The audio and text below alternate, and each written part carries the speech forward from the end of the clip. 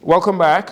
Police are investigating an armed robbery that occurred on popular Saunders Beach, where two male suspects robbed a male and a female of their vehicle and personal items. According to reports, on Thursday, December 28th, around 11 p.m., the victims were seated in their vehicle in the area of Saunders Beach when two unknown males approached them. It is reported that one of the males brandished a handgun as they robbed the duo of their gray 2010 Subaru Legacy, license plate AR5144, and other personal effects, including two iPhones, before fleeing, heading west along Bay Street. Police are appealing to the general public to be on the lookout for that stolen vehicle, and if you have any additional information that can help solve this matter, you can call 911-919-CID at 502-9991 or 2, or you can remain anonymously, and you can call to leave a tip at 328-TIPS. That's 328-8477. As the new year approaches, prominent Bishop Simeon Hall says the issue of crime will only improve when citizens begin to take a stand. He says although police continue to ask citizens to report crime, especially firearms, he says it is our Christian and patriotic duty to help fight crime as a nation. Bishop Hall was speaking in a voice-recorded statement released on Thursday. As a citizen, you rejoice with Bahamas' successes, but you are also a unit in some of its failures. If you know of a criminal act and will not report it, you are part of the crime problem. Parents, brothers, sisters, it's better to call the police than to have to call the funeral home. Bishop Simeon Hall called upon Bahamians to speak up and be a part of the solution for the benefit of every citizen, resident, and visitor.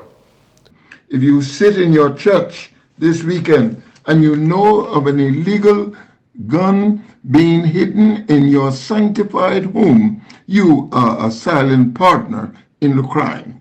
Call your pastor to help you turn in the gun before he has to bury your son. Bishop Hall gave one more final piece of advice, and that is, anyone who lives by the gun will die by the gun. Meanwhile, the Minister of Youth, Sports and Culture, Mario Boleg, is urging the Prodigal Sons Junkanoo group to reveal the reasons they dropped out of this year's Boxing Day parade or reimburse the government. This is the second year that the Prodigal Sons failed to attend the parade after their main shack burned down on November 8th in 2022. Minister Boleg said the ministry is investigating and intends on holding the Junkanoo group accountable. I was advised by the chairman of the JCNP and also the representative of Junkanoo in the Ministry of Youth, Sports and Culture, Ellery DeVoe. But what they would have given me is something that is very vague and broad, and I've asked them to get more information because we have to give an account for the funding that we give to these major groups, and they also have to give an account to the ministry. And this is the second parade in a row that they did not show. We understand that shack burn down was the cause of last year's no show. Minister Boleg says the ministry is looking for a detailed reason as to why the A group backed out of the Boxing Day parade, but accepted the government's seed money of approximately $30,000. I hope that they can give us I wouldn't use the word excuse, but give us some information on a true reason why they cannot make it. But if it's not something that's substantial and make much sense, then we have to make these Junkanoo groups understand that we're responsible for the government's money and how we spend it and disperse it to them, and they have to be accountable also to the ministry and the government and the people of the Bahamas on those funds. A month ago, Prodigal Sons leader Eric Knowles announced to local media that the group was ready to perform on Boxing Day after completing one half of their shack. Mr. Knowles has yet to release a statement explaining why the group backed out of the 2023 Boxing Day parade at the last minute, with the parade officials actually calling for them to enter the parade route.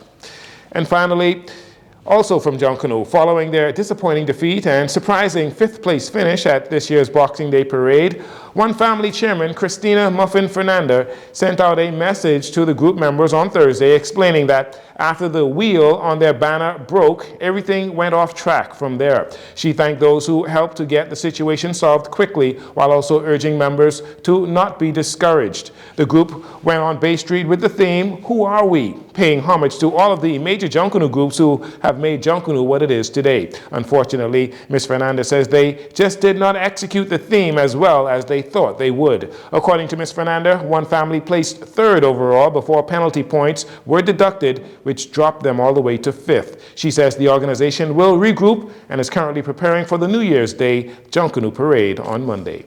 That'll do it for your JCN Evening News. Once again, I'm Jcn Saunders. Thank you so much for joining us. This segment of the news has been brought to you by Sun Oil Limited.